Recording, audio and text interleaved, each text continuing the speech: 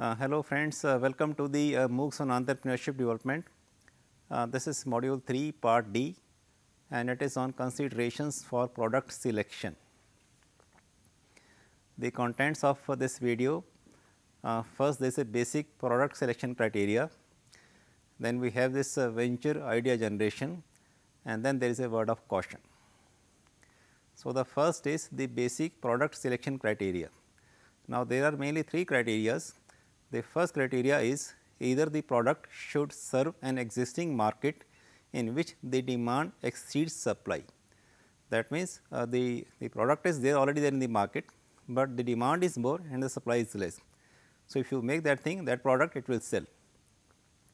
Second is or the product should serve a presently unserved need. That means, in the market there is no such product which is satisfying the need of the consumers. So, if you make a product which satisfies their needs and for which there is no product already, then it will definitely sell. The third is or the product should be able to successfully compete with the existing products. So, we have the products already in the market and you want to enter into the market. So, your product must compete with the existing products. So, how can it compete? It can compete on the lower price. You can have a a lesser price, lower price with the same quality, or you can go for the improved design, longer life, better quality, better aesthetics, better after sales services, better guarantee or warranty, etc. Now, the second was the venture idea generation, how to generate an idea for a business venture. So, there are again two criteria. The first is look for a need in the market and the product to satisfy that need. So, you can have a little market survey, look for the needs of the people and then you can find a product which conforms or which satisfy their needs. The second is find a product idea and then find out the extent of its needs. So, in this case you can have an idea, a product already in your mind and then you can check whether it is required in the market or not. So, we will take them one by one. So, first was how to look for a need. So, there are different parameters. The first is study the existing industries to know first needs not presently met by the local industry. So, any requirement of the customers or the consumers in a specific area which is not being met by the local industry over there. So, if you make that product in that area, it will definitely sell. The markets which are not adequately served, that means, the demand is more, the supply is less. The third is the support needs, that means, if there is a big industry, a large industry, then it needs to have the ancillaries or the vendors or the service industry also as a part of the total setup. And then we can think of the forward or the backward integration also.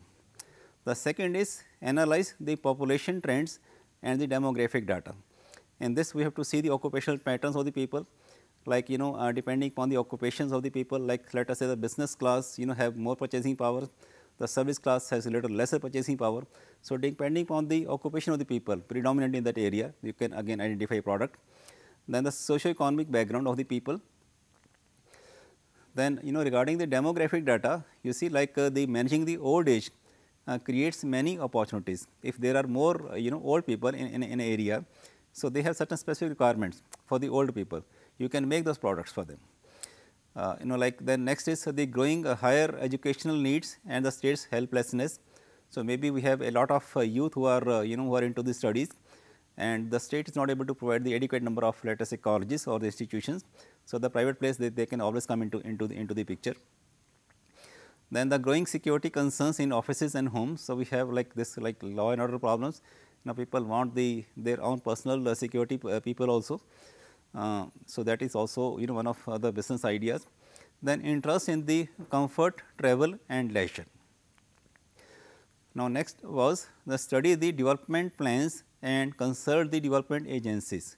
So, we have to see the projects on the priority of the government. Sometimes some new city is setting up.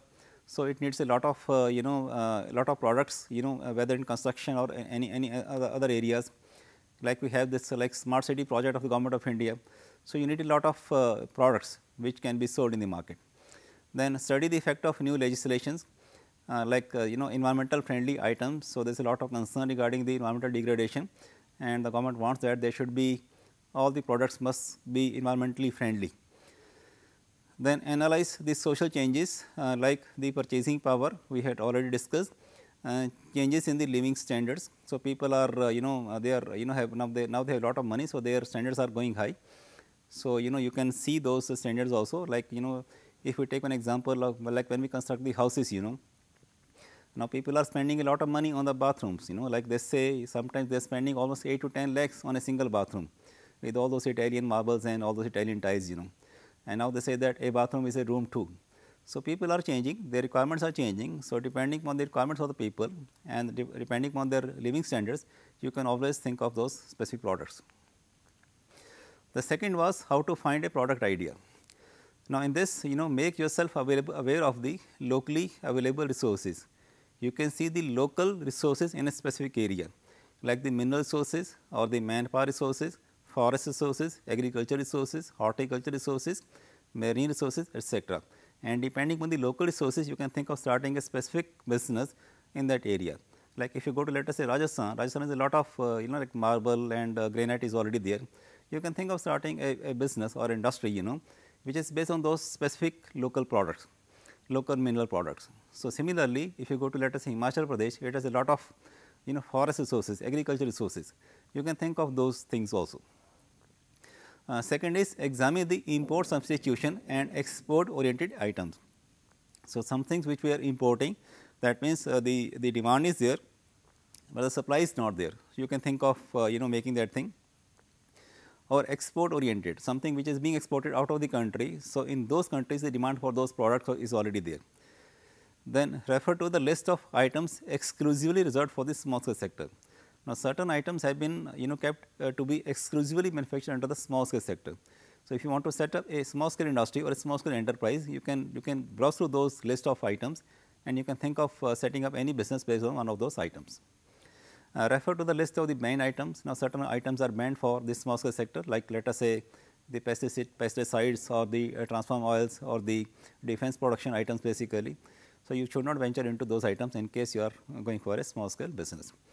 Then see the list of the encouraged items. So, you can refer to the industrial policies of the Government of India and the industrial policy of the state, and you can see which items are being encouraged by the government.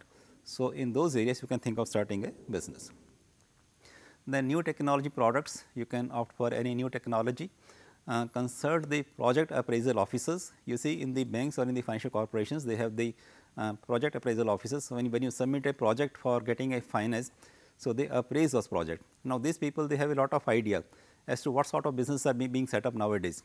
So, if you consult them, they can give you an idea like what sort of businesses are in demand nowadays. Then you can think of the waste based products. So, this is also a very good area. So, depending upon the waste like any agro waste or any industrial waste, if you can think of making something out of the waste, that can be a new venture for you. Then the skill or the knowledge based products and your own strengths. So, if you are let us say very skillful and if you have something like knowledge in a specific area, you can think of starting a business which can be even innovative also in that specific area. Or you can buy an ongoing enterprise. So, somebody is selling an enterprise because of certain reasons and you can buy that enterprise also. Now, what are the benefits of buying an ongoing business? The first is you can have a bargain price. You can always negotiate because that person is has to sell that business because maybe he is going out of the country or any other reasons he needs the money. So, you can go for the negotiations. Then you bypass the startup problems because it is already set up business. So, you have to bypass all this initial startup problems. Then the guesswork is minimized. You get a right location, right size building, right forms of advertising, right prices, etc. Then the owner can give you valuable information about the competition, demand, seasonal fluctuations, etc. You get a time tested list of suppliers and the service people, and you inherit the trained employees who will help you to learn the businesses. So, these are the benefits of purchasing or buying an ongoing business also. Now, there is a word of caution for all the people who want to set up a business. First is do not plunge into a project only because someone else is doing well. Sometimes people they see that one person is doing very well in a certain area and they just want to emulate the specific project. So, that is not advisable because you have to see your strengths, your weaknesses and your basically the background, and then you have to think of that.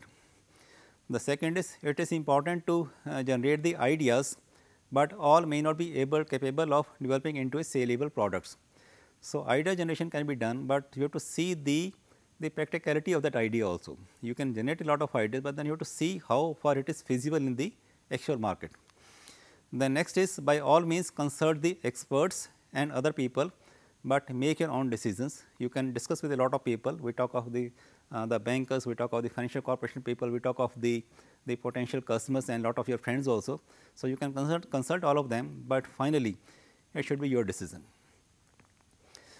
It is advisable to start small with a common product rather than go for a very specialized product. So, if you are a first generation entrepreneur, then you should start a little small, because it is very important for you to succeed initially and get a lot of valuable experience before you can go higher this thing. Then it is advisable to check if many similar projects are also coming up. Sometimes we think that this is a very unique project and nobody is setting it up, and nobody has set it up already, and you want to go into that specific project. But sometimes the same project is being implemented by a lot of people. So, just be aware that you are the only one, or you are only one of the few people who are starting the specific project. Then think of the future and the long term possibilities for success, and select the project which has some flexibility for the diversification. In case of any future let us say competition, you should have a little flexibility that you can diversify also in future if need be. So, these are the like 6 words of caution for any person who want to set up a business or set up an enterprise. So, I think yeah, and after all this exercise, you will have a list of 15 to 20 products, and then you can go for the preliminary screening, which has again 2 phases, phase 1 and phase 2, and then which is followed by pre-feasibility study and then the final feasibility study. So, we will discuss regarding this preliminary screening and the pre-feasibility and the feasibility in the next video. In this we have already discussed how to select a product basically, and if you want to go more into the details of this thing, you can refer to the e-content which is already there on the website, and it has many references also, and this will help you in further getting the knowledge into this area. So, I think that is all for this specific video. So, thank you so much.